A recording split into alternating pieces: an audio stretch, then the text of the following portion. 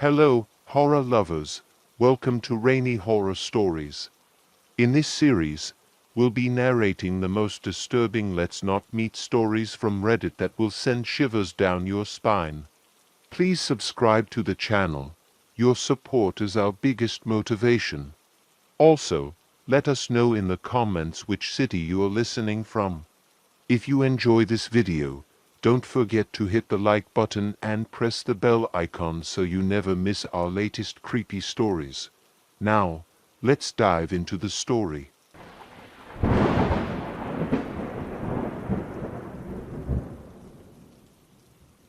It was the summer of 2012, a year that began with hope and ended with scars, both emotional and physical, that would last a lifetime. I was living in a small, dingy apartment with my newlywed husband, Brock. We were college students scraping by, but we didn't mind it. In fact, life was fun back then. Despite our financial struggles, we enjoyed every moment we could spend together and with our friends. Every weekend, our routine was simple. We'd meet up with friends and head to the local theater to watch whatever was new. This particular theater was a short walk from our apartment and offered tickets cheap enough for even us to afford.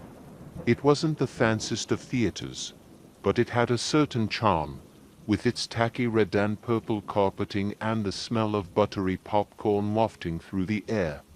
There was something about it that just felt like home, safe and inviting, the kind of place where we could relax and escape into a movie. One Thursday evening in July, we received a call from our friends inviting us to watch the midnight premiere of The Dark Knight Rises. I was exhausted, having just finished a grueling 12-hour shift, and initially, I thought about skipping it. My body screamed for sleep, but the excitement of a new Batman movie was hard to resist. After a brief internal debate, I decided to push through the tiredness and join in on the fun. We arrived at the theater around 10:30 p.m., and even though it was late, the place was buzzing with excitement. People were dressed in Batman shirts, hoodies, and some even wore costumes. There was a palpable energy in the air, the kind you only get from a midnight premiere. We entered the lobby, passed by the giant cutouts of Batman and Catwoman, and headed straight for Theater 9, the largest theater in the building, perfect for a big crowd. As we walked down the hall towards the theater, none of us had any inkling that this seemingly mundane night would change our lives forever. We didn't know that the man walking among us, a shadow among the excited moviegoers, had a dark and deadly plan. The theater was already packed when we arrived. There was hardly any room left, and for a moment, it seemed like our group might have to split up. Eventually, we found a row of 5 seats together, 3 or 4 rows up from the bottom section where the screen loomed large in front of us. We quickly settled in, me, Brock, and our 3 friends. The lights were still on, and we spent the time chatting, laughing, and soaking in the excitement of the room. I remember watching people pass by, their faces lit with joy and anticipation. One girl, maybe 7 or 8 years old, kept walking up and down the aisle, bringing back snacks to her family. She had bright blue eyes and blonde hair, her laughter ringing out as she moved. The minutes dragged on, and eventually, the lights dimmed. A hush fell over the crowd as the previews began, and we were reminded, like we always were, to silence our phones and note the location of the emergency exits. I glanced at the glowing green exit signs on either side of the screen but quickly dismissed the thought. I was tired, and to be honest, I was more interested in the popcorn than in safety instructions. It was just another movie night. What could possibly go wrong? As the previews played, I felt my eyelids grow heavy. I had been awake for nearly 20 hours at that point, and though I was excited to see the film, The exhaustion from my long workday was catching up with me. I made the decision to close my eyes and rest for a moment during the slower scenes, figuring I'd still catch most of the action. The movie started with a bang, literally. The opening scene of The Dark Knight Rises featured Bane hijacking a plane, a heart-pounding sequence that grabbed my attention immediately. For a while, I was glued to the screen, captivated by the chaos unfolding on screen. But after a while, fatigue crept back in, and my eyes fluttered closed as the plot slowed down. I missed most of Batman and Catwoman's initial encounter, my mind drifting in and out of semi-consciousness. When I opened my eyes again, Bruce Wayne was on his computer, researching Catwoman. It was an ordinary scene, nothing particularly memorable, but it would be the last moment of calm I'd ever associate with that night. Suddenly, a deafening bang echoed through the theater, coming from the left side. My heart leapt into my throat, and I jerked upright in my seat. The sound was loud, jarring, and entirely out of place. For a split second, I thought it might be fireworks. Maybe someone had thrown a firecracker into the crowd as a prank. It didn't make sense, but I was groggy, and my brain scrambled to come up with an explanation. But then, I saw the silhouette. Against the bright backdrop of the movie screen, I saw the dark outline of a person. They were standing near the right side of the screen, and from their hand, I saw flashes that I soon realized were gunshots. My body went rigid with terror, my mind frozen in disbelief. This couldn't be happening. This was a movie theater, a safe place. Mass shootings were things you heard about on the news, tragedies that happened in faraway places. Not here, not to us. Brock reacted before I could. In an instant, he pulled me to the ground, covering me with his body as the sound of gunfire filled the air. Bullets flew, shattering seats, walls, and lives.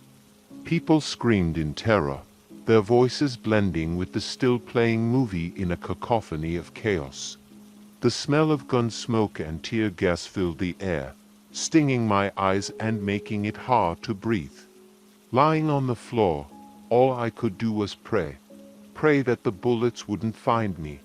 Pray that Brock's body, shielding mine, would survive this nightmare. Shrapnel flew through the air, cutting off a chunk of my hair, and I felt the sting of hot metal against my skin. But miraculously, I wasn't hit. The gunfire was relentless, and time seemed to stretch endlessly. Seconds felt like hours, and the overwhelming terror made it impossible to think clearly. I lay there, paralyzed by fear, waiting for the gunfire to stop, for some sign that we could move, run, escape. My mind was a blur of adrenaline and panic, and for a moment, I wondered if I would ever see daylight again. Then, suddenly, there was a break in the gunfire, a moment of silence. Tommy, one of our friends, took the opportunity to yell, "Let's get out of here." His voice snapped me back into action, and in an instant, we were on our feet, running. We bolted down the stairs, across the front of the screen, toward the glowing green exit sign. I've never run so fast in my life. We burst through the exit door, crashing into the concrete outside. Samantha lost her flip-flops in the chaos, but there was no time to stop. We just kept running, desperate to get away from the nightmare unfolding behind us. It was only once we were outside, under the streetlights, that I noticed the blood. My legs were soaked, absolutely drenched in red. At first, I thought it was water from Samantha's spilled bottle. But then I realized that wasn't possible. This was blood, Brock's blood.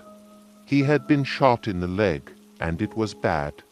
His foot was barely hanging on, and the amount of blood pouring from his wound was horrifying. In the chaos, I hadn't even noticed that Brock had been hit. He had been right behind me the whole time, running on one leg, determined to escape. Now, he was collapsing from pain and exhaustion, his strength finally giving out.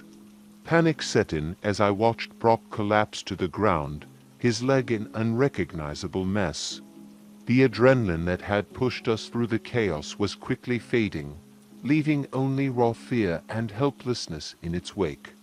Blood was pooling around his leg, staining the pavement beneath him, and I could tell from the way his face had gone pale that we didn't have much time. I knelt down beside him, shaking, my hands trembling as I tried to stop the bleeding. In that moment, everything else faded away, the gunshots, the screams, the chaos. All that mattered was keeping Brock alive. Someone help us. I screamed into the night, my voice cracking with desperation. People were pouring out of the theater, running in every direction, but it felt like no one was stopping. My friends were standing nearby, frozen in shock, and sure of what to do. Samantha was crying uncontrollably, her hands over her mouth as she stared at the blood-soaked scene in disbelief. Finally, a stranger, a man in his mid-30s, rushed over. "I'm a medic," he shouted, kneeling beside Brock. Without hesitation, he ripped off his belt and wrapped it tightly around Brock's leg, creating a makeshift tourniquet. "We need to stop the bleeding," he said calmly, his hands steady despite the chaos around us. I could barely think straight, my mind racing between thoughts of Brock's survival and the horror of what had just happened. I clung to the hope that if we could just get to a hospital in time, everything would be okay. The man's calm, authoritative tone brought a sliver of comfort, but I knew we were far from safety. Sirens began wailing in the distance, the unmistakable sound of police cars and ambulances approaching. Relief surged through me. Help was on the way. But that relief was short-lived, replaced by an overwhelming sense of dread as I looked back toward the theater. Inside, more people were trapped, more were injured or worse, and we were standing here in the aftermath of something truly unspeakable. As the police and paramedics arrived, the scene erupted into controlled chaos. Uniformed officers swarmed the area, their faces grim and focused, while paramedics rushed toward the injured, setting up makeshift triage stations in the parking lot. The once joyous moviegoers were now scattered across the ground, some being tended to, others crying, and a few standing motionless, as if frozen by shock. A paramedic came over to us, and with the medic's help, they gently lifted Brock onto a stretcher. He winced in pain, but tried to stay conscious, his eyes locking with mine. "I'm okay," he whispered weakly, but his words lacked the usual strength. I knew he was trying to reassure me, but seeing him in that state made it impossible to feel anything but fear. I followed close behind as they wheeled Brock toward the ambulance, my heart pounding in my chest. Everything felt surreal, like I was watching this unfold from outside my body. 1 minute, we were enjoying a night out, and the next, we were in the middle of a nightmare. I could still hear the distant echo of gunfire in my mind, and every time I blinked, I saw flashes of light, those deadly bursts that had shattered our world in seconds. As Brock was loaded into the ambulance, an officer approached me, clipboard in hand, his expression one of practiced empathy. "We need to take your statement," he said, his voice gentle but insistent. I need to go with him," I stammered, my eyes fixed on Brock's pale face. "I couldn't leave him, not now." "You can meet him at the hospital," the officer assured me, "but we need to get as much information as possible right now. It's important."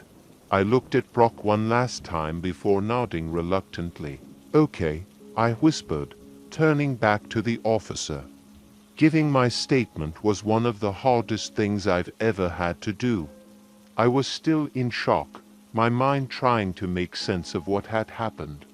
The officer asked me questions, basic questions about where we had been sitting, what we had seen, and how we had escaped.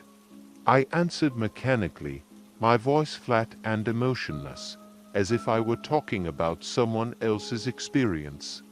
But every time I closed my eyes, I saw that dark silhouette, the flashes of gunfire, and the chaos that followed. As I spoke, other survivors were being interviewed nearby. Some were crying, their faces streaked with tears, while others sat in stunned silence. I overheard snippets of conversations, people talking about what they had seen, who they had lost. The weight of the tragedy was crushing, suffocating. It wasn't until the officer asked me about the shooter that my mind snapped back into focus. "Did you see his face?" the officer asked, pen poised over his notepad. I shook my head, my brow furrowed in confusion. "No. I saw him, but it was dark, and I couldn't see his face, just his silhouette. He was wearing some kind of mask, I think." I struggled to recall the details, but everything was a blur. "Do you remember anything else about him? What he was wearing? Any distinguishing features?" The officer pressed. I closed my eyes, trying to picture the shooter again. The flashes of light, the chaos. It all made it difficult to focus on one detail. "He was dressed in black," I said slowly. "There was smoke, and he threw something, gas maybe." I couldn't see clearly after that. The officer nodded, jotting down my response. "That's okay," he said. "You've been through a lot. Thank you for your cooperation." He handed me a card with his contact information and instructions to call if I remembered anything else. I took it, my hands still shaking, and stuffed it into my pocket. All I wanted was to get to the hospital and be with Brock. The ride to the hospital was a blur. My body was running on pure adrenaline, and my mind was in overdrive, replaying the events of the night on a loop. By the time I arrived, it felt like I was walking through a fog. The bright fluorescent lights of the emergency room stung my eyes as I pushed through the doors, my heart racing. All I could think about was finding Brock and making sure he was okay. The hospital was a scene of organized chaos, much like the theater parking lot had been. Nurses and doctors were moving rapidly through the halls, their faces tense with focus. I saw other victims from the theater being wheeled in, their injuries ranging from minor to severe. Some were in shock, staring blankly ahead, while others were crying out in pain. I approached the front desk, my voice shaking as I gave them Brock's name. The nurse behind the desk typed something into her computer and nodded. "He's in surgery right now," she said, her tone brisk but kind. "The doctor will come talk to you as soon as he's out." Surgery. The word hit me like a punch to the gut. I had known Brock was badly hurt, but hearing that he was in surgery made everything feel so much more real. I thanked the nurse and found a seat in the waiting room, my hands trembling as I fumbled for my phone. I texted my parents, letting them know what had happened, and then I sent a message to Brock's family. I didn't have the energy to explain everything, so I kept the messages short and to the point. "Brock's been hurt. He's in surgery. I'll update you when I know more." Hours passed in the waiting room, each minute dragging on longer than the last. I couldn't sit still. My mind kept racing, jumping from thought to thought, trying to make sense of what had happened. It all felt so surreal, like I was trapped in a nightmare that I couldn't wake up from. Finally, after what felt like an eternity, a doctor came into the waiting room, his expression serious but calm. "Are you here for Brock?" he asked, and I nodded, jumping to my feet. "He's out of surgery," the doctor said. "We managed to stabilize him, but he's lost a lot of blood. His leg was badly damaged, and we did everything we could to save it, but—" The doctor paused, his eyes softening with sympathy. "I'm afraid we had to amputate below the knee." I felt the air leave my lungs, my body going numb as his words sank in. Amputate. Brock's leg was gone. I couldn't wrap my mind around it. My husband, the man who had always been so strong, so full of life, was now lying in a hospital bed with part of his leg missing. The doctor must have seen the shock on my face because he placed a hand on my shoulder. "He's alive," he said gently, "and that's the most important thing. He's going to need a lot of support, both physically and emotionally, but he's strong. He'll get through this." I nodded, tears welling up in my eyes. I didn't know what to say. I was grateful that Brock was alive, but I couldn't shake the overwhelming grief of what had been lost. Our lives would never be the same. Brock's recovery was long and difficult, both physically and emotionally. The days and weeks after the shooting were a blur of hospital visits, physical therapy sessions, and sleepless nights filled with nightmares.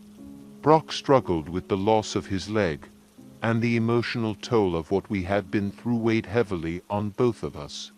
But through it all, we leaned on each other.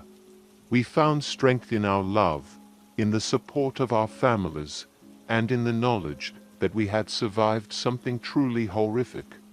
The road to recovery was long, and there were days when it felt impossible, but we took it one step at a time. The shooting had taken so much from us: Brock's leg, our sense of safety, and the carefree joy we once felt in the simple things like going to the movies. But it hadn't taken everything. We still had each other, and that was enough to keep us going. As the years passed, we learned to live with the scars, both physical and emotional. Brock adjusted to life with a prosthetic leg, and though it was never easy, he found ways to regain his independence. We attended therapy, both individually and as a couple, to help us process the trauma we had experienced. The memory of that night will always be with us, a dark shadow that lingers in the background of our lives, but we refuse to let it define us. We are more than what happened to us that night. We are survivors. This story is not just about survival, it's about resilience. The pain of that night never goes away, but we've learned to move forward, to rebuild our lives one day at a time. If you've ever faced a moment that felt impossible, where your world was turned upside down, know that you have the strength to keep going. And for those of you who've been touched by this story, please share it, spread awareness, and, most importantly, hug your loved ones a little tighter today. Thank you for listening, and remember to always stay strong.